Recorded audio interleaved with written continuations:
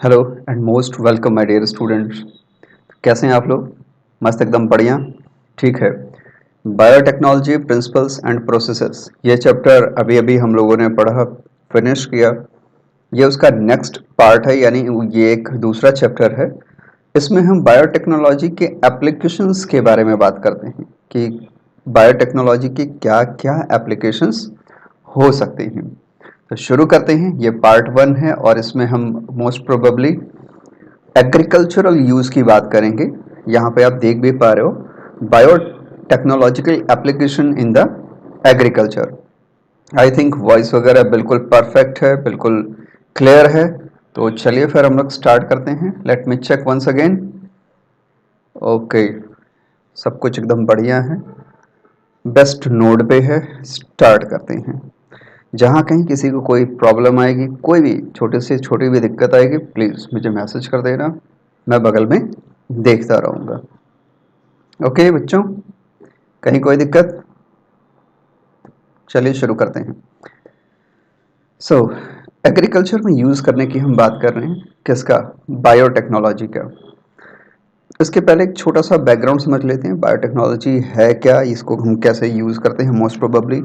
तो biotechnology, technology का biology में यूज़ इसलिए करना ताकि हम जो चेंजेस करें ऑर्गेनिजम्स के अंदर, चाहे वो प्लांट हो, एनिमल हो, बैक्टीरिया हो, माइक्रोब्स हो, व्हाटएवर, उससे हमें सर्विसेज एंड प्रोडक्ट्स मिले। इस तरह का किया गया कोई भी चेंज जिससे हमें सर्विसेज एंड प्रोडक्ट्स जो कि हम डिज़ायर्ड, हमें जो चाहिए होते हैं, जो कि मन वांछित आप कह सकते हैं, जो कि डिज़ायर्ड टाइप के हों, अगर ऐसा कोई प्रोडक्ट मिलता है तो उसको हम कहते हैं बायोटेक्नोलॉजी। इस तरह की कोई भी टेक्निक जिसका हम प्रयोग करते हैं, जीन में चेंजेस करते हैं और उसके बदले में प्रोडक्ट्स एंड सर्विसेज को हम गेन करते हैं, तो उसको हम क्या कहते हैं? उसको हम कहते हैं बायोटेक्नोलॉजी। यहाँ तक कहीं किसी को कोई दिक्कत? मुझे तो नहीं लगता। फिर भी अगर आप लोगों को कहीं कोई दिक्कत हो तो प्लीज़ मुझे मैसेज कर सकते हैं। ठीक है, आगे बढ़ते हैं। वॉइस वगैरह बिल्कुल क्लियर आ रही है।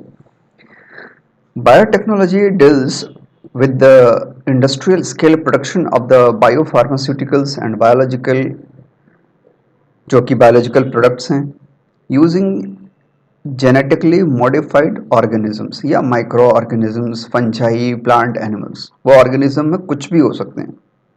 कुछ भी का मतलब कुछ भी, माइक्रोब्स भी हो सकते हैं, फंजाई, प्लांट, एनिमल, कुछ भी हो सकते हैं। ठीक है ना? क्रिटिकली जब हम बायोटेक की बात करते हैं तो आखिर इसका यूज़ हम कैसे कैसे और कहाँ कहाँ करेंगे। So let me choose a different colour pen ताकि ये कॉन्ट्रास्ट हो। बिल्कुल। पहला, providing the best catalyst in the form of improved organism, usually microbe और प्योर एंजाइम। इसका प्रयोग हम इसलिए करेंगे ताकि हम जो भी बायोकेमिकल रिएक्शंस करते हैं उसके लिए हम एक बढ़िया एंजाइम निकाल पाएँ, उसका एक प्रोडक्ट हम बढ़िया से बढ़िया निकाल पाएँ प्योर एंजाइम के फॉर्म में, या माइक्रोब को डिज़ाइन करें जो इस तरह का एंजाइम प्रोड्यूस कर पाए। दूसरा, creating optimal conditions through engineering for a catalyst to act. Biotechnology के जो क्रिटिकल रिसर्च एरियाज हैं उसकी हम डिस्कशन कर रहे हैं। तीसरा, downstream processing technologies to purify the protein and organic compounds. जो भाई बनेंगे प्रोडक्ट्स, कंपाउंड्स, आखिर उसको प्यूरिफाई भी तो करना होगा, उसका प्रयोग होगा, तभी तो हमारे लिए फ़ायदेमंद है। किसी चीज़ का मॉडिफाई होना बायोटेक्नोलॉजी का मेन एम नहीं है। बायोटेक्नोलॉजी का मुख्य उद्देश्य, मेन एम है कि उस जो मॉडिफाइड ऑर्गेनिज्म है उससे हमें क्या प्रोडक्ट्स और सर्विसेज मिल रहे हैं। समझ में आया ना? उससे हमें सर्विसेज एंड प्रोडक्ट्स क्या मिल रहे हैं, ये मेन एम है। ये मेन एम बिल्कुल भी नहीं है कि हाँ कुछ हो रहा है कि नहीं हो रहा है ना, चेंज हुआ कि नहीं हुआ, वो तो ठीक है, वो प्रोसेस है, उसमें होगा ही होगा, उसको करना ही पड़ेगा। बिना चेंज किए हमारा काम वैसे भी पूरा नहीं होने वाला है। ठीक है, आज जो हमारा सबसे मेन टॉपिक रहेगा जिसपे हम डिस्कशन करेंगे, बायोटेक्नोलॉजिकल एप्लीकेशन इन एग्रीकल्चर, है ना? मतलब कृषि में आप कह सकते हैं जैव तकनीक का प्रयोग। कैसे एग्रीकल्चरल प्रैक्टिसेस में बायोटेक्नोलॉजी की हम मदद लें जिससे कि ज़्यादा और अच्छा प्रोडक्ट तैयार हो पाए। ठीक है, इसके लिए पहले हमें थोड़ा सा एग्रीकल्चर का बैकग्राउंड समझना पड़ेगा। बेसिकली जो एग्रीकल्चर इस समय हो रही है उसमें हम क्या करते हैं, फूड आइटम्स के प्रोडक्शन को बढ़ाने की कोशिश करते हैं, इंक्रीज करने की कोशिश करते हैं, एनहेंस करने की पूरी कोशिश करते हैं। ये समझ में आ रहा है? और इस कंडीशन में इन्हांस करने के तरीकों में से हम मुख्यतः 3 तरीके का प्रयोग करते हैं।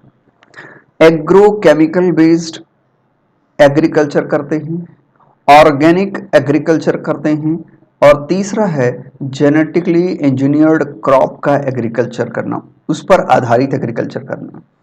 अब जो पॉइंट 1 और पॉइंट 2 है, खासकर इसमें से एग्रोकेमिकल बेस्ड एग्रीकल्चर जो पॉइंट 1 है, नाउअडेज इसको बहुत ज़्यादा किया जाता है, मतलब हाईएस्ट अमाउंट है इसकी।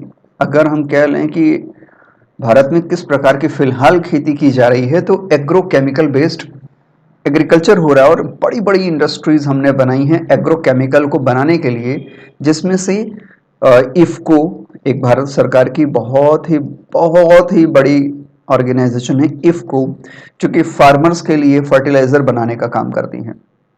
तो एग्रोकेमिकल बेस्ड जो एग्रीकल्चर है इस समय बहुत ही ज्यादा किया जाता है और इवन ग्रीन रिवॉल्यूशन में इसका बहुत बड़ा रोल रहा है। जो भारत में हरित क्रांति हुई है, ग्रीन रिवॉल्यूशन हुआ है, उसमें एक बहुत बड़ा रोल इसने प्ले किया है।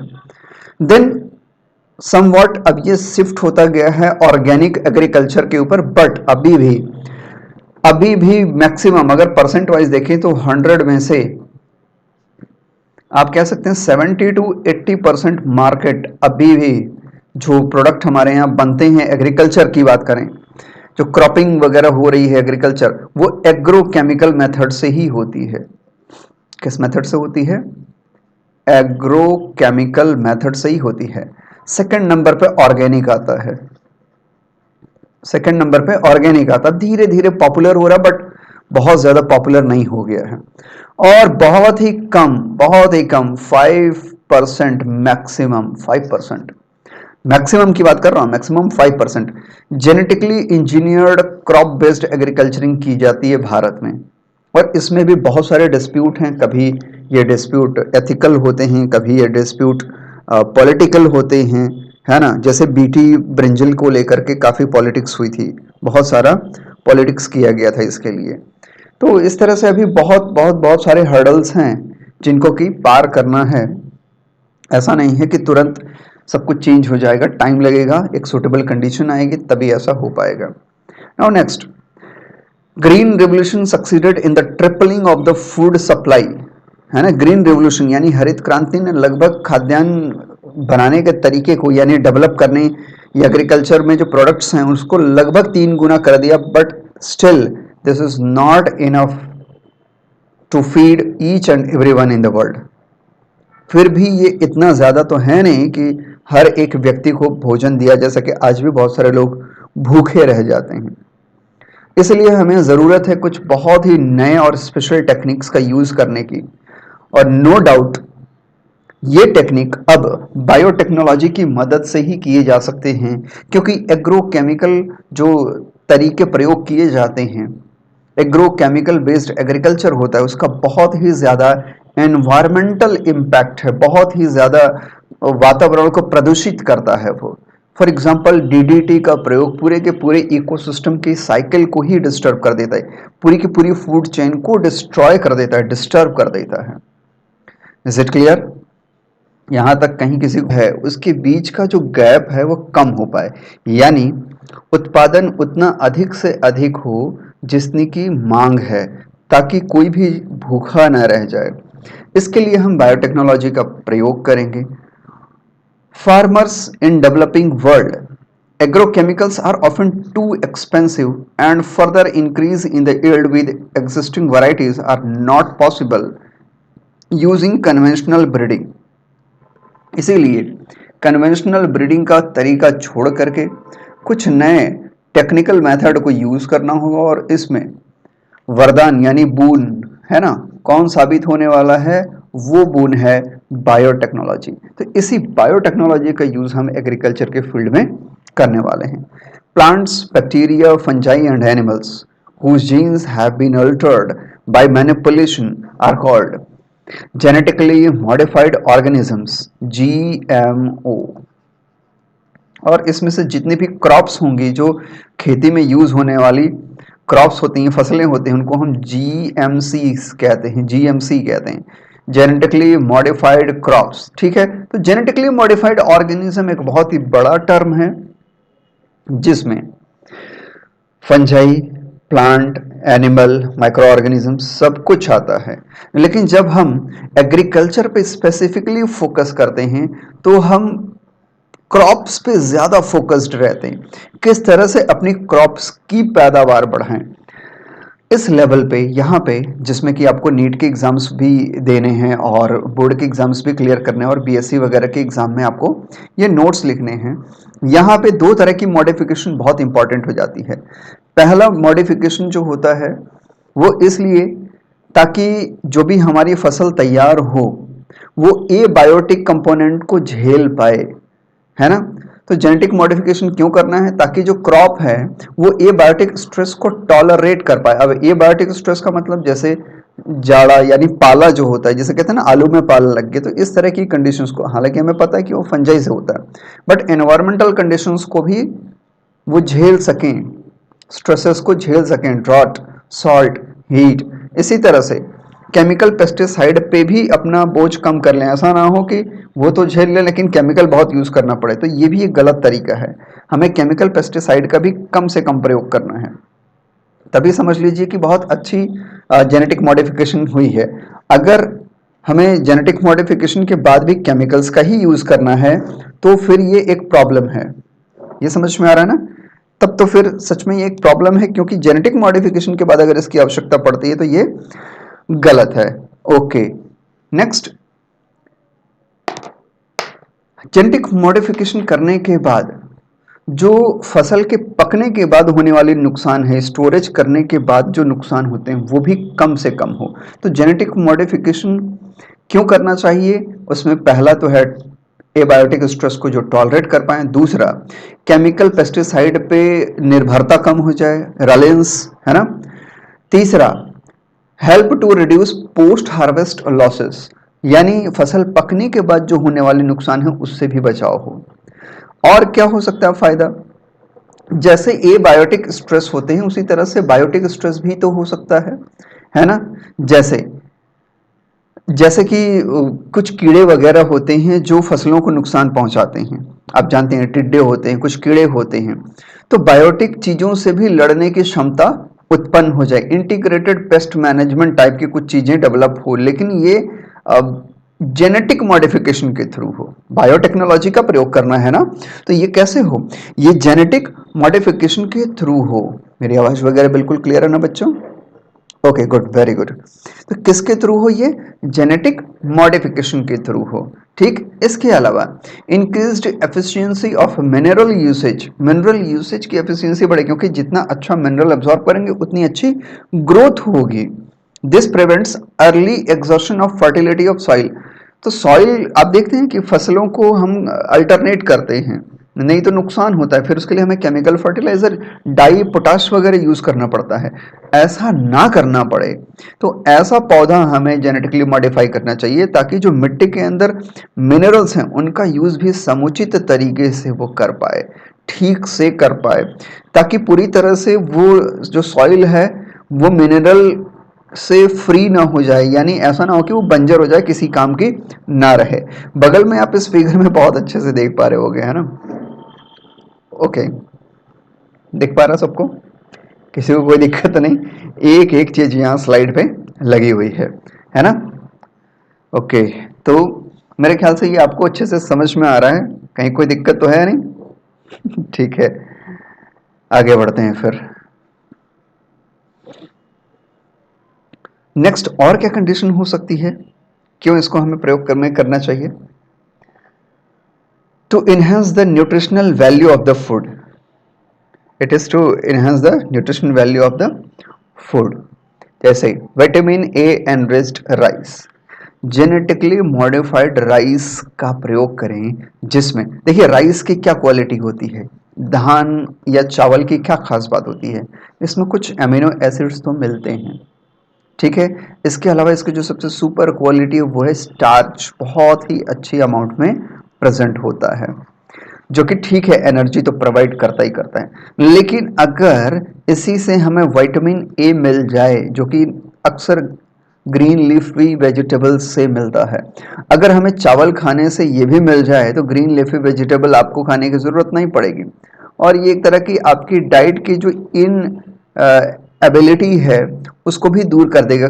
भाई कोई ऐसी कंट्री हो सकती है जहाँ ग्रीन लीफी वेजिटेबल्स आप नहीं पहुँचा पा रहे हैं, कोई गरीब देश है ना, जहाँ खाने को नहीं है, लेकिन अगर चावल पहुँचा दिया, ऐसा चावल पहुँचाया जिसमें विटामिन ए भी बहुत अच्छी अमाउंट में प्रेजेंट है, तो उनके लिए तो वरदान साबित हो गया, और आपके लिए भी वरदान साबित होगा ऐसी फसल को उगाना।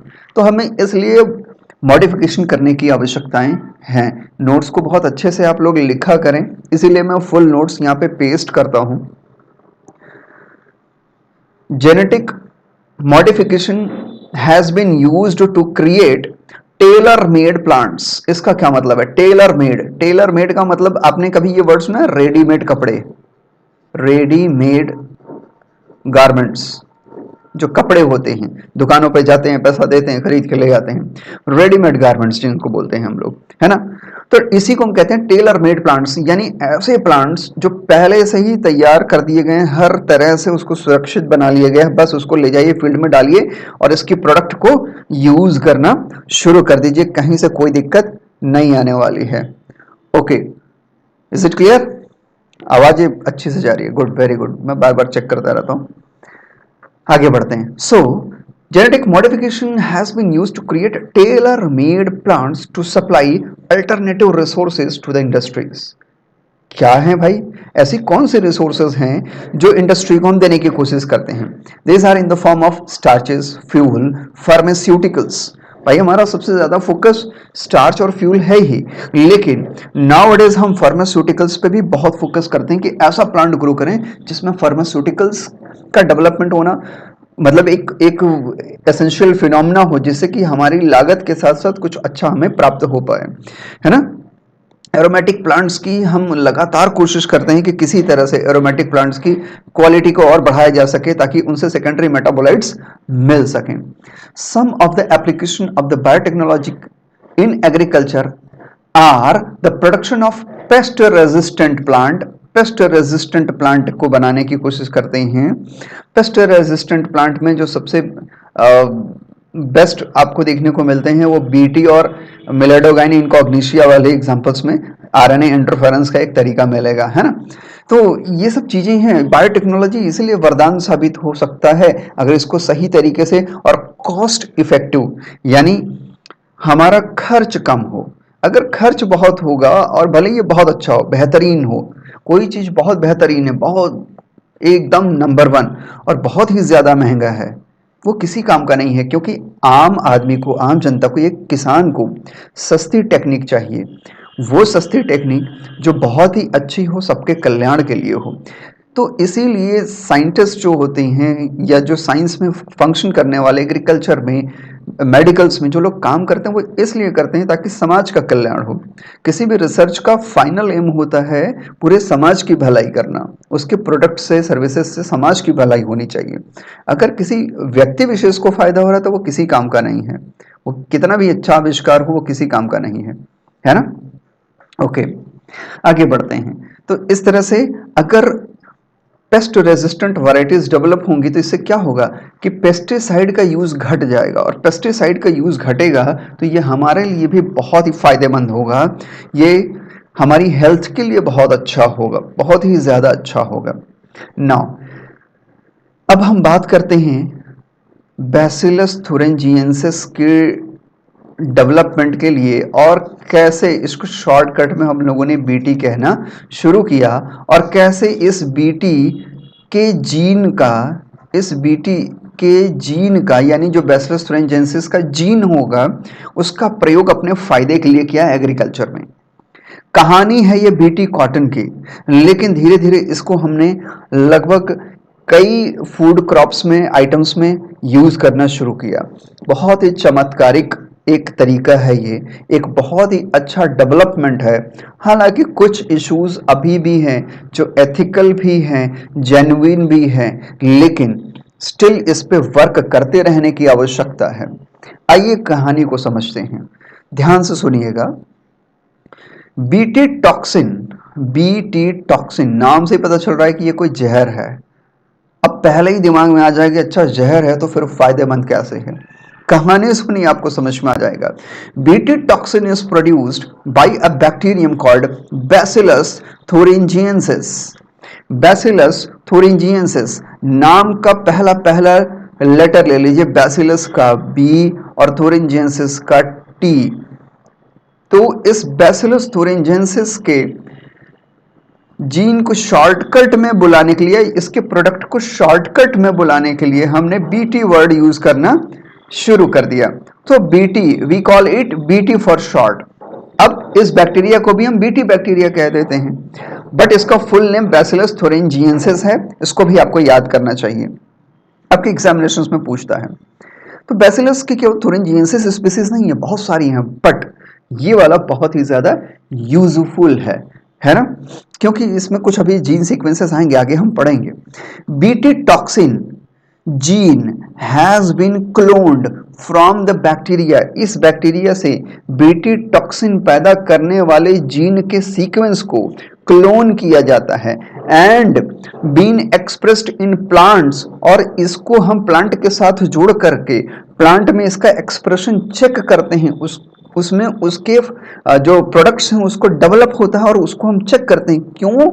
क्योंकि हमें उससे फायदा मिलता है। क्या?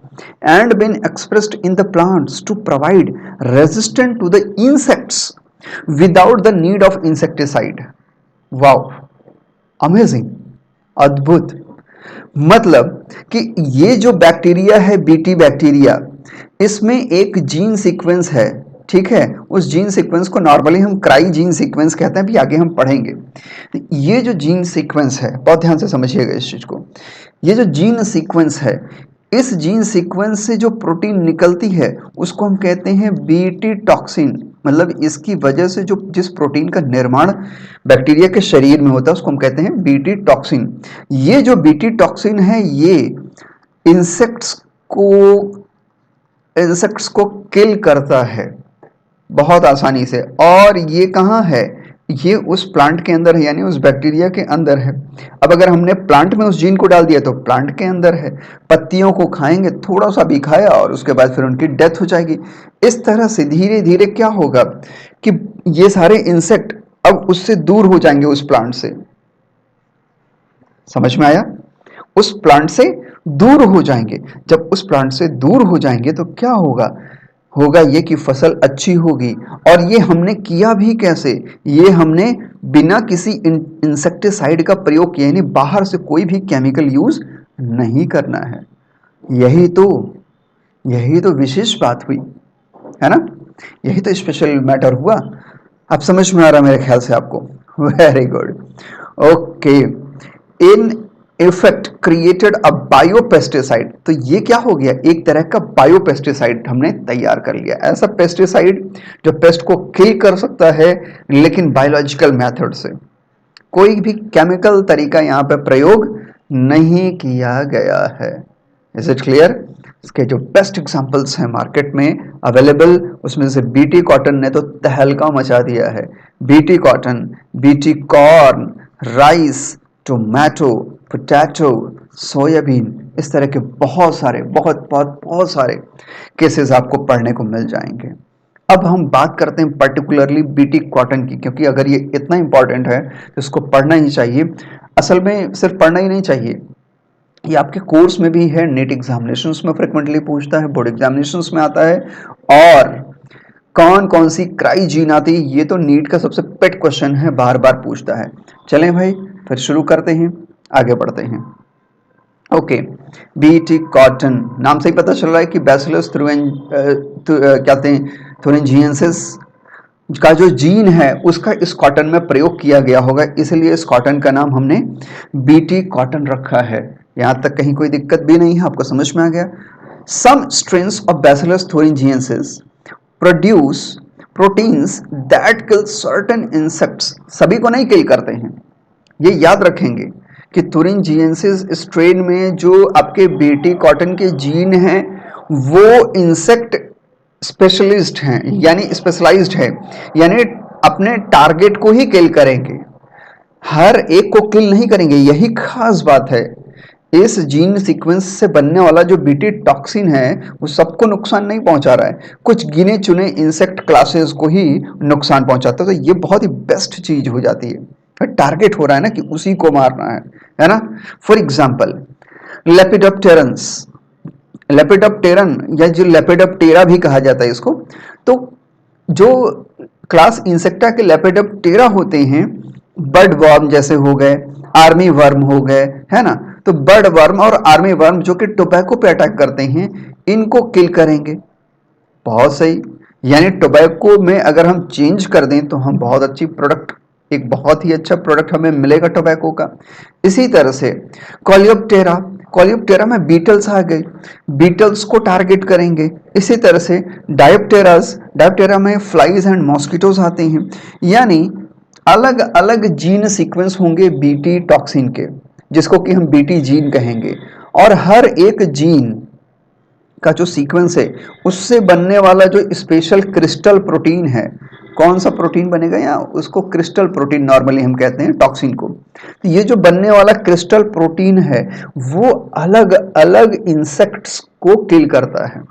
तो अगर मान लीजिए कि चावल के पौधे पे कोई अलग तरह का आपका इंसेक्ट अटैक करता है, बाकी सब नहीं करते, तो उस पे हम उस स्पेसिफिक जीन का प्रयोग करेंगे, ना कि पूरी की पूरी बीटी टॉक्सिन जीन का प्रयोग कर लेंगे। इसी तरह से सरसों के पौधे पर अगर केवल बीटल अटैक कर रहे हैं तो हम बीटल के लिए जो रिस्पॉन्सिबल टॉक्सिन है उस जीन सीक्वेंस का प्रयोग करेंगे। बहुत ही अद्भुत चीज है ये बीटी का प्रयोग। हालांकि इसको फूड क्रॉप्स में यूज करने से अभी भी लोग डरते हैं, क्योंकि उनको डर है कि शायद हमारी बॉडी में जब ये हायर कंसंट्रेशन में आए तो नुकसान कर सकता है। आखिर ये काम कैसे करता है अगली स्लाइड में पढ़ते हैं। Okay, now bacillus thuringiensis forms protein crystals, ये देख रहे हो ना बेटा, crystals during a particular phase of their growth. और ये जो क्रिस्टल्स है ना, यही बाद में टॉक्सिन का काम करते हैं, यही तो आपके जहर होते हैं, ये जो प्रोटीन क्रिस्टल्स हैं। ठीक है, पहले इनएक्टिव होते हैं, बाद में सर्टेन कंडीशंस में ये एक्टिव हो जाते हैं। These crystals contain a toxic insecticidal protein, जो कि शुरू में इनएक्टिव फॉर्म में रहता है, बाद में एक्टिव हो जाता है। Now there is a question, genuine question, why does this toxin not kill the bacillus. अगर ये बैसिलस में पैदा हो रहा है तो बैसिलस को क्यों नहीं मार देता है।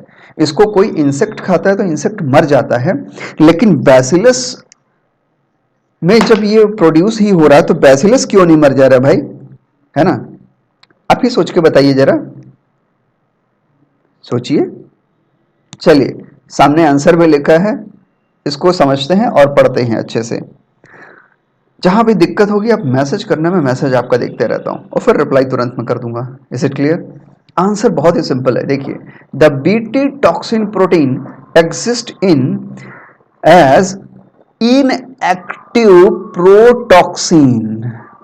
किस फॉर्म में बेटा, इनएक्टिव प्रोटॉक्सिन के फॉर्म में है, इनएक्टिव फॉर्म में है। ये किस फॉर्म में है, इनएक्टिव, यानी सक्रिय नहीं है ये। यहां पे ये हमारा ये ऐसे पड़ा हुआ है ऐसे, तो भाई मैं थोड़ा सा इनएक्टिव रे बाबा, मुझे ज्यादा हिलना डुलना पसंद नहीं है। ये हो गया इनएक्टिव प्रोटॉक्सिन, कहां पे, जबकि ये बैक्टीरिया के अंदर है। But once an insect ingest the inactive toxin, लेकिन किसी कीड़े ने लालचवश इसको खा लिया, है ना, किसी कीड़े ने लालचवश इसको खा लिया, है ना, मैं खाऊंगा, मैं तो खाऊंगा रे बाबा, मैं तो खाऊंगा रे बाबा, ठीक है खा ले भाई, जा मर जा है ना।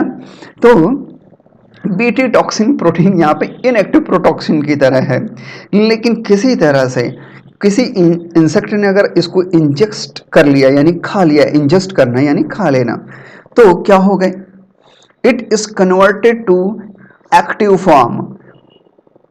क्यों, कैसे हो जाएगा, active form of toxin due to the alkaline pH of the gut which solubilize the crystals. और जब ये क्रिस्टल सॉल्युबलाइज हो जाएंगे, एक्टिव हो जाएंगे, then the activated toxin binds to the surface of mid gut epithelial cells, और वहां पे छोटे छोटे पोर बनाना शुरू कर देंगे, स्वेलिंग होगी और उस सेल की डेथ होगी। धीरे धीरे पूरा का पूरा वो जो उसका मिड गट है वो फट जाएगा और इंसेक्ट मर जाएगा।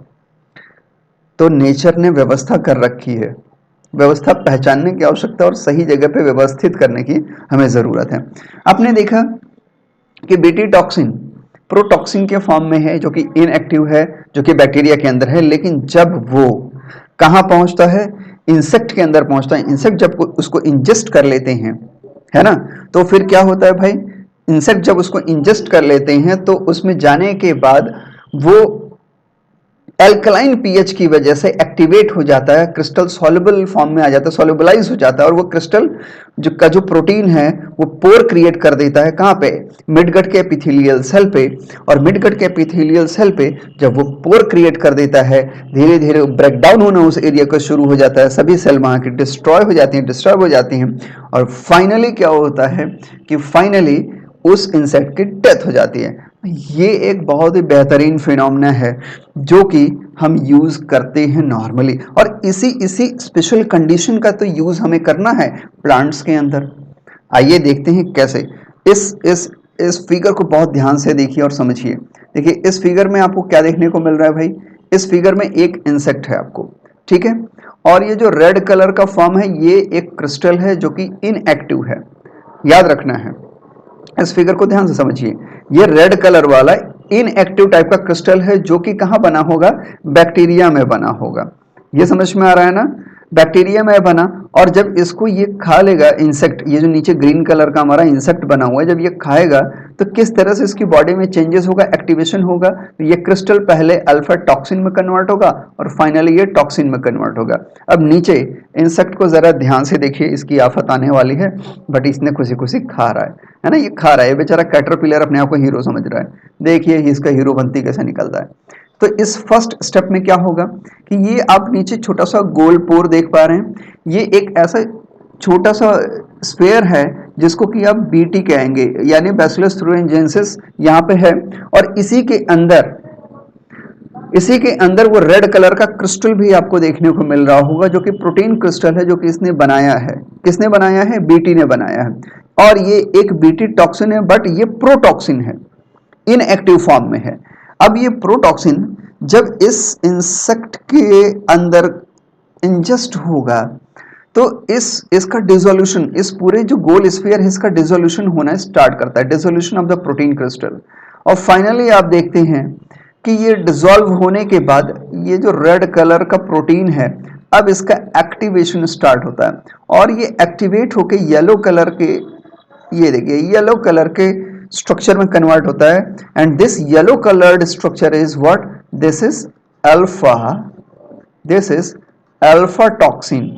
ये कौन सा टॉक्सिन है, ये अल्फा टॉक्सिन है।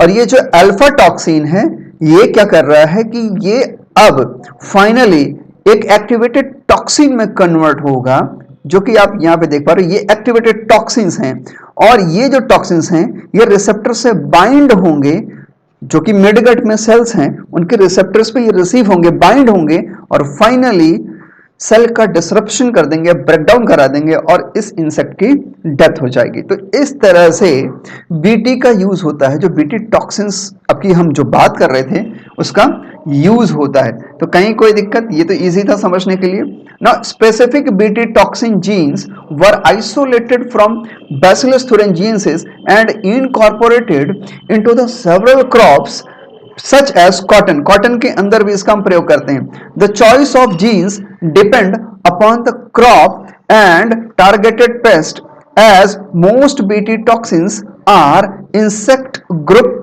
Specific.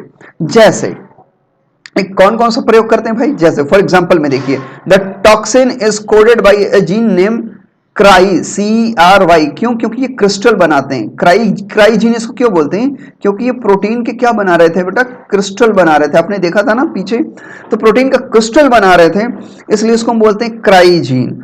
For example, the protein encoded by the gene CRY1AC and CRY2AB, ये आपको बहुत अच्छे से याद रखना होगा, क्योंकि ये नीट में बार बार पूछे जाने वाले क्वेश्चंस में से एक है। केवल नीट पे नहीं, CSIR के बी सेक्शन में, इवन TGT PGT, लगभग हर जगह इस तरह के क्वेश्चन रिपीट होते हैं। बहुत ही बहुत इंपॉर्टेंट है, वेरी वेरी वेरी इंपॉर्टेंट है।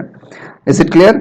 Okay, so CRY1AC CRY2AB control the cotton bollworm. किसको कंट्रोल करते हैं? कॉटन बॉलवर्म्स को कंट्रोल करते हैं। जबकि CRY1AB controls the corn borer, भुट्टे में जो छेद करने वाला बोरर होता है ना, कॉर्न बोरर बोलते हैं वैसे, और केवल भुट्टे में ही नहीं करता, वो बोरर होते हैं, लगभग और भी एक दो फसलों पे जरूर अटैक करते रहते हैं, वो आपको देखना पड़ेगा। लेकिन आपको नाम याद रखना है कि क्राई1AB कॉर्न बोरर को कंट्रोल करता है, क्राई1AC क्राई2AB ये कॉटन बॉलवर्म्स को कंट्रोल करते हैं, और ये बार बार पूछे जाने वाले क्वेश्चंस में से एक हैं। अब इस चार्ट को जरा आप अच्छे से देखिए। इस चार्ट को जब आप अच्छे से देखेंगे तो इसमें आपको समझ में आएगा कि कैसे ये एंडोटॉक्सिन इंसेक्टिसाइडल एक्टिविटीज शो करता है और कहां कहां किस किस ग्रुप में शो करता है। और यहाँ पे खूब ढेर सारी क्राई जीन्स लगी हुई है, इसीलिए मैंने इसको अलग से पेस्ट किया ताकि इसको आप पॉज करके एक एक नाम लिख पाएं। आप देख पा रहे हैं ये क्राई जीन से बने हुए एक्टिविटी करने वाले क्या बोलते हैं आपके ग्रुप्स हैं। किस किस इंसेक्ट ग्रुप पे क्राई जीन के प्रोडक्ट हमला करते हैं, जैसे यहाँ पे Coleoptera, Diptera, lepidoptera, Hemiptera, Hymenoptera, है ना, इस तरह से आप देख पा रहे हैं। और इसी तरह से CYT जीन भी होती है बैसिलस थुरिंजिएंसिस में। जैसे CRY जीन है, वैसे ही CYT जीन भी होती है जो कि टॉक्सिन प्रोड्यूस करती है, एंडोटॉक्सिन प्रोड्यूस करती है, और वो भी कुछ इंसेक्ट्स को ही टारगेट करते हैं। जैसे फॉर एग्जांपल CYT कोलियोप्टेरा को, लेपिडोप्टेरा को और डिप्टेरा को स्पेसिफिकली टारगेट करते हैं। इसके अलावा सिनर्जी देखी जाए, सिनर्जी का मतलब कि क्राई और CYT दोनों के प्रोडक्ट मिलकर के कहां पे अटैक कर सकते हैं, तो डिप्टेरा और कोलियोप्टेरा पे मिलकर के काम कर सकते हैं। और ये दोनों ही जीन कहां मिलते हैं? ये दोनों ही जीन आपको बैसिलस थुरिंजिएंसिस बैक्टीरिया के अंदर देखने को मिलती हैं। आप देख पा रहे हैं कि डिप्टेरा में कितने सारे जीन हैं, CRY1AC CRY2AB, तो ये सारे के सारे आपके जीन सीक्वेंस नीचे लिखे हुए हैं, ये बगल में ग्रुप्स लिखे हुए हैं, किस ग्रुप में कितने सारे जीन किस किस पे अटैक कर सकते हैं, ये यहाँ पे दिया हुआ है। चार्ट से आप इसको कॉपी कर लीजिएगा। जैसे यहाँ आप देख सकते हैं हेमिप्टेरा में क्राई3A जीन का जो प्रोडक्ट होगा वो हेमिप्टेरा के इंसेक्ट्स को नुकसान पहुंचा सकता है। इसी तरह से क्राई5A का जो टॉक्सिन होगा वो भी हेमिप्टेरा को नुकसान पहुंचा सकता है। इसी तरह से क्राई22A यानी 22A का जो टॉक्सिन बनेगा वो भी हेमिप्टेरा को नुकसान पहुंचा सकता है। इसी तरह से क्राई2A, यहां नीचे देखिए हाइमेनोप्टेरा, क्राई2A का जो टॉक्सिन होगा वो हाइमेनोप्टेरा को नुकसान पहुंचा सकता है। तो आप देख रहे हैं बहुत सारे यहाँ पे जीन हैं जो अब हमें पता चल चुके हैं। बायोटेक्नोलॉजी, बायो इन्फॉर्मेटिक्स की मदद से हमने जीन की रीडिंग कर ली है, और बायोटेक्नोलॉजी की मदद से इस जीन सीक्वेंस को हम अलग अलग प्लांट में, जिस प्लांट पे जैसा इंसेक्ट हमला करता है, उस जीन सीक्वेंस को हम प्रयोग करके इस कीड़े से मुक्ति पा सकते हैं। ये है BT का सही प्रयोग, है ना। और ये है बायोटेक्नोलॉजी का एक बहुत ही अच्छा यूज, किसमें? एग्रीकल्चर में। बायोटेक्नोलॉजी का यूज एग्रीकल्चर में। अच्छा, दूसरा कैसे यूज कर सकते हैं बायोटेक्नोलॉजी का? तो प्लांट जो होते हैं, जो प्लांट पे भाई पेस्ट भी तो अटैक कर सकते हैं, इंसेक्ट तो अटैक कर ही रहे थे, जिसके लिए अभी हमने BT पढ़ा। अच्छा, पेस्ट भी अटैक कर सकते हैं। पेस्ट यानी लोअर ऑर्गेनिज्म, इनवर्टिब्रेट्स के जो निमेटोड्स वगैरह होते हैं वो पेस्ट होते हैं, कृमि टाइप के होते हैं, ठीक है ना। तो वो जो अटैक करते हैं, अगर किसी तरह से हम बायोटेक्नोलॉजी की मदद से ऐसा कुछ बना पाए सिस्टम जो कि बायोलॉजिकली इस पेस्ट को कंट्रोल कर पाए। तो दूसरा बहुत ही अच्छा एग्रीकल्चर में जो यूज होता है वो ये है कि पेस्ट रेजिस्टेंट प्लांट्स का डेवलप कर देना। किसका? पेस्ट रेजिस्टेंट वैरायटीज का, प्लांट्स का डेवलपमेंट करना, जिससे कि ज्यादा से ज्यादा फायदा हो पाए। अब एक निमेटोड है जिसका नाम है Meloidogyne incognita, Meloidogyne incognita, which infects the root of the tobacco plant. और टोबैको प्लांट के रूट को इन्फेक्ट करके उसकी जो पैदावार होती है ना टोबैको की, तंबाकू की, उसकी बहुत कम कर देता है, नुकसान पहुंचा देता है। अब एक नया तरीका है, अ नोवेल स्ट्रेटेजी वाज अडॉप्टेड। हम लोगों ने बायोटेक्नोलॉजी में एक सबसे नवीन तरीका अडॉप्ट किया है to prevent this infestation.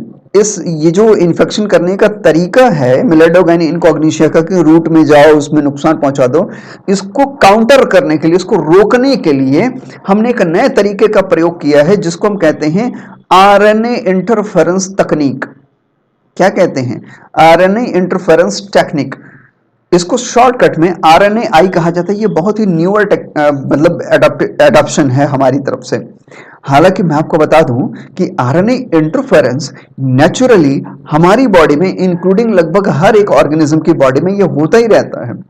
But इसको समझने में टाइम लगा, और जब अब इसके बारे में अच्छी जानकारी हो चुकी है, अच्छी नॉलेज हो चुकी है हमारे पास, तो अब हम आरएनए इंटरफेरेंस का यूज करते हैं बायोटेक्नोलॉजी की मदद से पेस्ट रेजिस्टेंट प्लांट वैरायटीज को डेवलप करने में। समझते हैं कैसे? बहुत छोटा सा डिस्कशन है, समझते हैं कैसे। RNA interference takes place in all eukaryotic organisms. आपने देखा लगभग हर एक यूकैरियोटिक ऑर्गेनिज्म में होता है, as a method of cellular defence. Cell level पर डिफेंस के लिए ये लगभग हर एक यूकैरियोटिक ऑर्गेनिज्म में होता है, प्लांट हो या एनिमल हो, लगभग हर एक जगह, है ना। This method involves silencing of specific mRNA. MRNA को साइलेंस करने वाला तरीका है ये, इसीलिए बहुत ही बेहतरीन तरीका है। Due to complementary double stranded RNA. अभी तक सिंगल स्ट्रैंड आरएनए आप पढ़ते आ रहे थे, बट अब अगर आप लोगों ने मेरे साथ बायोमॉलिक्यूल्स पढ़ा होगा तो वहां मैंने बताया था कि जो डीएनए है वो सिंगल स्ट्रैंड का भी हो सकता है और डबल स्ट्रैंड का भी हो सकता है। इसी तरह से जो आरएनए है वो सिंगल स्ट्रैंड का भी हो सकता है और डबल स्ट्रैंड का भी हो सकता है। इस टेक्निक में, आरएनए इंटरफेरेंस की टेक्निक में, हम डबल स्ट्रैंडेड आरएनए तरीके का प्रयोग करते हैं, क्योंकि नेचुरली भी यही होता है। ये जो आप पढ़ रहे हो ना, ये नेचुरल तरीका है। तो नेचुरली भी हमारी सेल क्या करती हैं? Double stranded complementary RNA molecule का प्रयोग करते हैं। Now this double stranded RNA molecule binds to an mRNA, जिसकी ट्रांसलेशन होने वाला है, and stop the translation of that mRNA. यानी उसके ट्रांसलेशन को रोक दिया, उसको साइलेंट कर दिया। बोलोगे नहीं, फुट डालेंगे, है ना। तोड़ डालूंगा, फोड़ डालूंगा, न्यू के जैसे निचोड़ डालूंगा। मतलब इसका कहना है कि डबल स्ट्रैंडेड आरएनए का प्रयोग इस तरह से करें कि जो बाहर से, जैसे मिलेडोगाइन इनकॉग्निशिया भले तंबाकू के रूट में चला गया हो, उसने अपने डीएनए से एक आरएनए बनाया जिससे कि प्रोटीन बनेगी और वो नुकसान करेगी। तो एक काम करते हैं, हम डबल स्ट्रैंडेड आरएनए का इंट्रोडक्शन करा देते हैं जो कि मिलेडोगाइन इनकॉग्निशिया से बने हुए एमआरएनए को पकड़ लेगा। कहां जा रहे हो राजा, तुमको नहीं जाना है। मतलब उसके ट्रांसलेशन को स्टॉप कर देंगे। ये समझ में आ रहा है ना? उसके ट्रांसलेशन को क्या करना है? स्टॉप कर देना है। इसी को कहते हैं साइलेंसिंग। इसको क्या कहा जाता है? साइलेंसिंग कहा जाता है। Is it clear? Good. The source of this complementary RNA could be from an infection by virus having RNA genome या मोबाइल जेनेटिक एलिमेंट, जिसको कि ट्रांसपोजोन कह सकते हैं, that replicates via an RNA intermediate। तो वो कहीं से भी, जो कॉम्प्लीमेंट्री आरएनए है वो इन तरीकों में से कहीं से भी आ सकता है। किसी वायरल जीनोम से आ सकता है या कहीं और से भी आ सकता है। ठीक है। अब इसके लिए हम एग्रोबैक्टीरियम का यूज करते हैं, क्योंकि हमको पता है कि एग्रोबैक्टीरियम जो ट्यूमिफेसियंस होते हैं उनका जो डीएनए है उसकी बहुत अच्छी बात है। क्यों? क्योंकि उसका डीएनए आसानी से हम इंट्रोड्यूस करा सकते हैं प्लांट्स के अंदर, है ना। इसके लिए हमने इस वेक्टर का प्रयोग किया, एग्रोबैक्टीरियम वाले वेक्टर का प्रयोग किया, है ना। Using agrobacterium vectors nematode specific gene were introduced into the host plant. Nematode का सीक्वेंस हमें पता है, उसके अगेंस्ट काम करने वाले जीन को हम बनाएंगे और एग्रोबैक्टीरियम के वेक्टर में जोड़ेंगे और उसको इंट्रोड्यूस करा देंगे प्लांट में, टोबैको में। अब फिर हम देखते हैं भाई तुम्हारी इतनी कैसी हिम्मत है कि तुम टोबैको को नुकसान पहुंचा पाओ, है ना। The introduction of DNA was such that it produced both sense and antisense RNA in the host cell. Normally क्या होता है कि ये जो डीएनए है, डीएनए का रेप्लिकेशन तो आप लोगों ने पढ़ा ही होगा, नहीं पढ़ा है तो मेरे पिछले लेक्चर्स को जरूर देखिए, उसमें डीएनए रेप्लिकेशन वगैरह हमने पढ़ा है। तो ये जो डीएनए का रेप्लिकेशन है, ये दोनों स्ट्रैंड्स जब अलग होते हैं तो केवल एक ही स्ट्रैंड टेम्पलेट स्ट्रैंड की तरह काम करता है, जिसपे कि आरएनए का प्रोडक्शन होता है। लेकिन इस टेक्निक में, आरएनए इंटरफेरेंस की टेक्निक में, ये जो दो डीएनए के स्ट्रैंड्स हैं जिसमें कि ये सेंस होगा और ये एंटी सेंस होगा, जो टेम्पलेट है उसके अपोजिट कॉम्प्लीमेंट्री वाला स्ट्रैंड है, उससे भी आरएनए बनेगा। और आपको पता है कि दोनों ही डीएनए के जो सीक्वेंस होते हैं वो कॉम्प्लीमेंट्री टू ईच अदर है। तो जो आरएनए बनेगा इससे, वो उसके सीक्वेंस, जो दो सीक्वेंसेस बनेंगे वो भी क्या होंगे, एक दूसरे के कॉम्प्लीमेंट्री होंगे। तो ये जो आरएनए बनेंगे वास्तव में ये डबल स्ट्रैंडेड आरएनए की तरह बनेंगे। कैसे बनेंगे? डबल स्ट्रैंडेड आरएनए की तरह बनेंगे, और यही हमारी आवश्यकता है आरएनए इंटरफेरेंस के लिए। Okay, now these two RNAs being complementary to each other formed the double stranded RNA that initiates RNA interference and therefore silence the specific mRNA of the nematode। और मिलेडोगाइन इनकॉग्निशिया नाम का जो नेमेटोड है उसके mRNA को silent कर देंगे। चुप, खामोश, आगे काम नहीं करना तो भाई, क्या समझे? तो साइलेंट कर देगा, साइलेंस कर देगा। आगे एक चार्ट में हम देखेंगे आखिर कैसे करेगा। बहुत ही सिंपल है, आर्गोनेट प्रोटीन्स और डाइसर वगैरह होती है, रिस्क होती है यहाँ पे, तो उसको हम देखेंगे। बहुत ही छोटा सा, आपको ज्यादा तो पढ़ना नहीं है इस लेवल पे, है ना। ये बहुत ही छोटा सा एक सिंपल सा डायग्राम देखेंगे। द कॉन्सिक्वेंस, इसकी वजह से क्या होगा कि जब एमआरएनए साइलेंस होगा तो क्या होगा, ये consequence that parasite could not survive in the transgenic host. Transgenic host में, ये ट्रांसजेनिक होस्ट यानी जिस टोबैको प्लांट में हमने परिवर्तन किया है, जिसमें हमने डबल स्ट्रैंडेड आरएनए पैदा करने के लिए एग्रोबैक्टीरियम वेक्टर का प्रयोग किया है, यूज किया है, उसमें अब वो जो पैरासाइट है यानी मिलेडोगाइन इनकॉग्निशिया वो जिंदा नहीं रह पाएगा। क्यों? क्योंकि वो जिंदा तब रहेगा ना जब उसका एमआरएनए एक्सप्रेशन देगा, सब प्रोटीन बनेगी, फिर और जगह इंफेक्शन करेगा और अपनी वो धाक जमा पाएगा। पर ऐसा तो हो ही नहीं रहा है। अब ऐसा हो नहीं रहा है, इसकी वजह से क्या होगा कि सर्वाइव नहीं करेगा। So they can not be, you can say that parasite could not survive in a transgenic host expressing specific interfering RNA। ठीक है ना। The transgenic plant therefore got itself protected from the parasite। तो इस तरह से pest resistant varieties का भी development हम करते हैं। अब ये आरएनए इंटरफेरेंस का एक शॉर्ट बैकग्राउंड दिया हुआ है कि कैसे आरएनए इंटरफेरेंस ढूंढा गया, कैसे ये काम करता है। देखिए सीएसआईआर के एग्जाम में भी आते हैं, नीट के एग्जाम में बहुत ज्यादा इससे क्वेश्चन नहीं आते हैं, बट हाँ नाम आपको याद रखना होगा, जैसे Meloidogyne incognita, agrobacterium, double stranded RNA, RNA interference, ये सब याद रखना होगा। बाकी ये जो है थोड़ा सा आपकी नॉलेज को बूस्ट करने के लिए दिया है, और सीएसआईआर के स्टूडेंट इसको अच्छे से पढ़ें, बीएससी एमएससी के बच्चे भी इसको समझें। ठीक है। आरएनए इंटरफेरेंस एक बायोलॉजिकल प्रोसेस है जो कि आरएनए, डबल स्ट्रैंडेड आरएनए मिलकर इस प्रोसेस को पूरा करते हैं, और किसी बाहरी एमआरएनए को जो कि कहीं पे इंफेक्शन कर रहा है उसको रोकने के लिए, उसके ट्रांसलेशन को रोकने के लिए यह वर्क किया जाता है। इसीलिए इसको पोस्ट ट्रांसक्रिप्शनल साइलेंसिंग भी कहते हैं, क्योंकि ट्रांसक्रिप्शन के बाद उसको साइलेंस करता है ना। तो पोस्ट ट्रांसक्रिप्शनल साइलेंसिंग या ट्रांसलेशन से पहले साइलेंट करता है तो प्री ट्रांसलेशनल साइलेंसिंग भी कहा जाता है आरएनए इंटरफेरेंस को। बहुत सारे नाम है। Andrew Fire and Craig C Mello share 2006 Nobel prize in the physiology or medicine for their work on the RNA interference. और इन्होंने कहाँ काम किया था? मेलाडोवाइन इनकॉग्निशिया पे नहीं किया था, इन्होंने काम किया था सी एलिगेंस में। कहाँ काम किया था इन्होंने काम किया था सी एलिगेंस में। और सी एलिगेंस के खूब ढेर सारे क्वेश्चन सीएसआईआर के बी सेक्शन, सी सेक्शन हर जगह आते हैं। तो कैनारेबिडिटीज एलिगेंस में काम किया था, ये भी एक नेमेटोड है और इसको 1998 में पब्लिश किया था, जिसके लिए 2006 में नोबेल प्राइज मिला था। ये बहुत इंपॉर्टेंट लाइंस हैं, ठीक है। The two type of small RNA molecules are there, micro RNA that is miRNA and small interfering RNA that is siRNA are central to this RNA interference technique. इस RNA interference technique में इन्हीं दोनों का बहुत ज्यादा use होता है। इसके अलावा हेयर पिन है, अलग अलग डिजाइन की हैं, तो अलग अलग तरह के आरएनए आपको देखने को यहाँ पे मिलते हैं, छोटे वाले।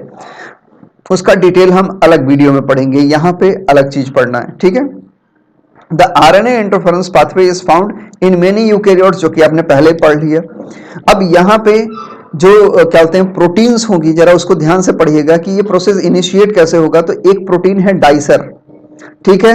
डाइसर का मतलब होता है कि मतलब डबल स्ट्रैंडेड क्या बोलते हैं जो इंटरफेरेंस करने वाली प्रोटीन्स होती हैं आरएनए बनाने के लिए, उसके लिए। अब वो जो हमारे पास डबल स्ट्रैंडेड आरएनए होगा उसकी लेंथ बड़ी होगी, हमें उसमें से कितनी की आवश्यकता है उसको डिसाइड करने के लिए ही ये डाइसर प्रोटीन यहाँ पे होती है, एक तरह से मॉडिफाई करने का काम करे। तो dicer cleaves the long double stranded RNA, जो लंबा सीक्वेंस होगा उसको कट करेगा और उसको उतने साइज का बनाएगा जितने से कि अटैक करके कॉम्प्लीमेंट्री जो एमआरएनए, जो पहले से नुकसान करने वाला एमआरएनए है, उस पर जाके ये अटैच हो पाए, है ना।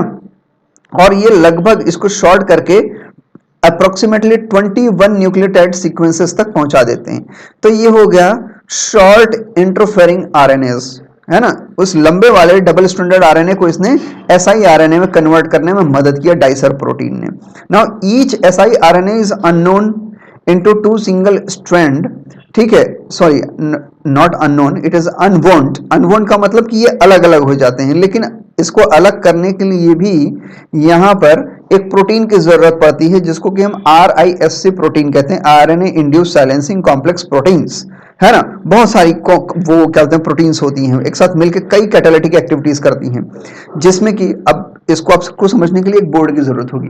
मान लीजिए कि हमारे पास ये डीएनए है, ये क्या है, एक डीएनए है। ये ऐसा डीएनए है जो कि डबल स्ट्रैंडेड आरएनए का प्रोडक्शन करेगा, ट्रांसक्रिप्शन इसने कर दिया। चलिए भाई, ये है डबल स्ट्रैंडेड आरएनए। अब इसका यूज होना है, ये हो गया आपका डीएनए, डबल स्ट्रैंडेड डीएनए, जैसे कि डबल स्ट्रैंडेड आरएनए बन गया। अब ये जो डबल स्ट्रैंडेड आरएनए है, इसका आरएनए इंटरफेरेंस में यूज करना है। तो ये कैसे होगा? देखिए, जब ये डबल स्ट्रैंडेड आरएनए और इसका सिर्फ इतना ही लेंथ हमें जरूरी है, इतना ही लेंथ हमें चाहिए, this much of the length will be required. तो जब यहां पे क्या होगा कि यहां पे एक प्रोटीन होगी, अभी आपने पीछे देखा, आपने देखा डाइसर। तो डाइसर जो प्रोटीन है कैटालिटिक एंजाइम की तरह काम करेगा। इस सीक्वेंस को, जो ऊपर का डबल स्ट्रैंडेड आरएनए है, इसमें से बाकी सीक्वेंसेस को काटेगा और अलग करेगा, और बीच वाला जो हिस्सा है ना, सिर्फ बीच वाले हिस्से को यहाँ पे अटैच करके रखेगा। तो ये हमारा डिजायर्ड है, ये क्या है, डिजायर्ड है। तो बाकी पार्ट्स को अलग अलग कर देगा।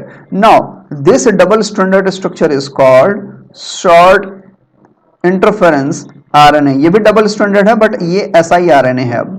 अब ये जो siRNA है, इसका फिर से मॉडिफिकेशन होगा, और यहाँ पे क्या होगा कि यहाँ पे RISC कॉम्प्लेक्स इसके साथ अटैच होगा, और इसमें दो स्ट्रैंड्स को अलग अलग कर देगा। दोनों का नाम अलग अलग होगा, पैसेंजर होगा और कॉम्प्लीमेंट्री, मतलब ये अलग अलग, अभी हम आगे देखेंगे, है ना। अब इसमें से जो एक और आरएनए जो कि अलग हुआ है, एक तो डिसइंटीग्रेट हो गया, दूसरा जाएगा और अपनी कॉम्प्लीमेंट्री साइट पे एमआरएनए से जुड़ेगा, फिर इसका क्लीवेज करा देगा। आइए आगे समझेंगे इसको कैसे। Okay, the passenger strand. अब देखिए यहाँ पे जो दो स्ट्रैंड बनेंगे siRNA के अलग होने से, उसमें एक का नाम होगा पैसेंजर स्ट्रैंड, दूसरे का नाम होगा गाइड स्ट्रैंड। बस, तो नाम से ही पता चल गया होगा। पैसेंजर स्ट्रैंड डिग्रेड हो जाएगा, और गाइड स्ट्रैंड नाम ही है इसका गाइड, तो ये गाइड होगा, and it is now incorporated into RNA induced silencing complex RISC। तो RISC ने दो काम किए, एक तो अलग अलग किया स्ट्रैंड्स को, ठीक है, यहाँ पे आर्गोनॉट एक्टिविटी आप कह सकते हैं, ठीक है, और इसके अलावा RISC ही इसके साथ जुड़ेगा और ले जाएगा कहाँ तक, जहाँ पे साइलेंसिंग करनी है। The most well studied outcome is post transcriptional gene silencing, जो कि सबसे कॉमन पाथवे है, which occurs when guide strand pairs with complementary sequence in mRNA molecule and induces cleavage by argonaut2 AGO2। ये भी आपको याद रखना होगा कौन सी प्रोटीन है जो वहां पे कट करेगी mRNA को साइलेंट करने के लिए, तो AGO2 यही रिस्पॉन्सिबल प्रोटीन होगी, और इस तरह से आपकी RNA साइलेंसिंग हो जाएगी। तो इतनी कहानी पढ़ने के बाद अपना सारा डेटा कैसे याद रखोगे भाई? आइए इसको सिंप्लीफाई कर लेते हैं। हमारे पास ये है DNA, ये है डबल स्ट्रैंडेड DNA, ठीक, ये ऐसा डबल स्ट्रैंडेड DNA होगा जिसके दोनों स्ट्रैंड्स पे बराबर रीडिंग होगी, दोनों स्ट्रैंड से बराबर RNA बनेंगे। समझ में आ रहा ना? बराबर RNA बनेंगे। जब बराबर RNA बनेंगे तो हमारे पास होगा एक डबल स्ट्रैंडेड RNA। अब ये जो डबल स्ट्रैंडेड RNA होगा, इस पे डाइसर नाम का प्रोटीन वर्क करेगा और लंबे वाले डबल स्ट्रैंडेड RNA को कट करेगा और अप्रोक्सीमेटली लगभग 21 न्यूक्लियोटाइड सीक्वेंस तक इसको ले आएगा। 21 न्यूक्लियोटाइड सीक्वेंस के डबल स्ट्रैंडेड RNA अब यहाँ पे बन जाएंगे। अब यहाँ पे शॉर्ट इंटरफेरेंस RNA जो कि डबल स्ट्रैंडेड टाइप के हैं, वो यहाँ पे आपको देखने को मिल रहे हैं ऊपर नीचे, इसी को डुप्लेक्स लिखा गया है, ठीक है, siRNA डुप्लेक्स, यानी दो स्ट्रैंड वाले 21 से 22 न्यूक्लियोटाइड का एक सीक्वेंस मिल गया, ठीक। अब इसकी यहाँ पे जो क्या कहते हैं प्रोटीन्स हैं, RISC की ही प्रोटीन्स हैं, अब इसको अलग अलग करने की कोशिश करती हैं। देखिए इस siRNA में एक स्ट्रैंड गाइड स्ट्रैंड की तरह होगा, दूसरा स्ट्रैंड पैसेंजर स्ट्रैंड की तरह होगा, ठीक। इन दोनों को अलग अलग करना पड़ेगा, गाइड स्ट्रैंड को अलग करना होगा और पैसेंजर स्ट्रैंड को अलग करना होगा, जो काम RISC लोडिंग कॉम्प्लेक्स करेगा, ठीक है। RISC का फुल फॉर्म अभी आपने पढ़ा, RISC का फुल फॉर्म होता है RNA, इसको मैं मिटा के फिर से लिख देता हूं साफ सुथरा, देखिए RNA, ठीक है। तो ये हो गया risk, RNA induced, S for silencing, C for complex. तो ये हो गया R, इसका हो जाएगा R, ये हो जाएगा I, ये हो जाएगा S, और कॉम्प्लेक्स का हो जाएगा कैप C। इससे बन जाता है RISC। तो नाम को लेके कंफ्यूज नहीं होना आप लोग, ठीक है। अब ये जो RISC कॉम्प्लेक्स है, ठीक है, इसको लोडिंग कॉम्प्लेक्स कहते हैं और इसी में आर्गोनेट 2 भी है। आपको याद रखना होगा ये बहुत ही कॉम्प्लेक्स होता है, इसमें खूब ढेर सारे प्रोटीन्स होते हैं। प्रोटीन का मतलब खूब ढेर सारे एंजाइम्स होते हैं जो अपना फंक्शन करते रहते हैं। तो पहला जो इसमें पार्ट होगा RISC का, वो क्या करेगा कि ये जो डबल स्ट्रैंडेड siRNA है उसमें से गाइड स्ट्रैंड और पैसेंजर स्ट्रैंड को अलग अलग करेगा। और जब गाइड स्ट्रैंड और पैसेंजर स्ट्रैंड अलग अलग हो जाएंगे तो passenger strand, as you can see here, क्या हो रहा है, पैसेंजर स्ट्रैंड डिसइंटीग्रेट हो जाएगा और जो गाइड स्ट्रैंड है वो इस RISC प्रोटीन के साथ लोड हो ही चुका है, वो जाएगा कहां पे, टारगेट mRNA के पास। टारगेट mRNA कौन, जो नुकसान पहुंचाने वाला mRNA है, जैसे इस केस में हम पढ़ रहे थे मिलेडोगाइन इनकॉग्निशिया का RNA होगा। ये समझ में आ रहा है? तो उस RNA के पास गाइड स्ट्रैंड पहुंचेगा और गाइड स्ट्रैंड में जो कॉम्प्लीमेंट्री स्ट्रैंड होगा जो कि टारगेट mRNA के किसी भी हिस्से पे कहीं ना कहीं तो अटैच होगा, जहां अटैच होगा वहीं पे ये डबल स्ट्रैंडेड स्ट्रक्चर बना लेगा और RISC प्रोटीन में प्रेजेंट एक एंजाइम जिसका कि नाम AGO2 यानी आर्गोनेट 2 होगा, उसकी मदद से ये टारगेट mRNA के बीच के बॉन्ड्स को, जो कि फॉस्फोडाइएस्टर बॉन्ड होंगे, उनको तोड़ करके अलग कर देगा, यानी mRNA के कई टुकड़े कर देगा। जब ये mRNA कई टुकड़ों में टूट जाएगा, mRNA कई हिस्सों में टूट जाएगा, अलग अलग हो जाएगा, तो इससे क्या होगा कि अब ये ट्रांसलेशन कर नहीं पाएगा, और ट्रांसलेशन नहीं कर पाएगा तो बीमारी भी नहीं होगी। और इस तरह से जो बीमारी करने वाला जो भी और पेस्ट, जो भी ऑर्गेनिज्म आया है, निमेटोड आया है, धीरे धीरे उसके सभी mRNA टूट जाएंगे, उसका कोई फाइनल प्रोडक्ट नहीं बनेगा, तो अंततः वो जो आपका क्या बोलते हैं पेस्ट है, जो निमेटोड है, वो भी डिस्ट्रॉय हो जाएगा, उसकी भी डेथ हो जाएगी, फाइनली उसकी डेथ हो जाएगी। तो यहाँ तक की कहानी अच्छे से समझ में आ गई। ये बहुत ही बेहतरीन और एक नया तरीका है, इसी का हम बायोटेक्नोलॉजिकल प्रयोग करके पेस्ट रेजिस्टेंट प्लांट वैरायटीज का डेवलपमेंट करते हैं और कर सकते हैं ज्यादा से ज्यादा। ओके, मुझे लगता है कि बहुत अच्छे से समझ में आया। So this is all about from this section. Thank you everyone, God bless you. मस्त होके पढ़िए और जहां भी दिक्कत हो आप पूछ सकते हैं।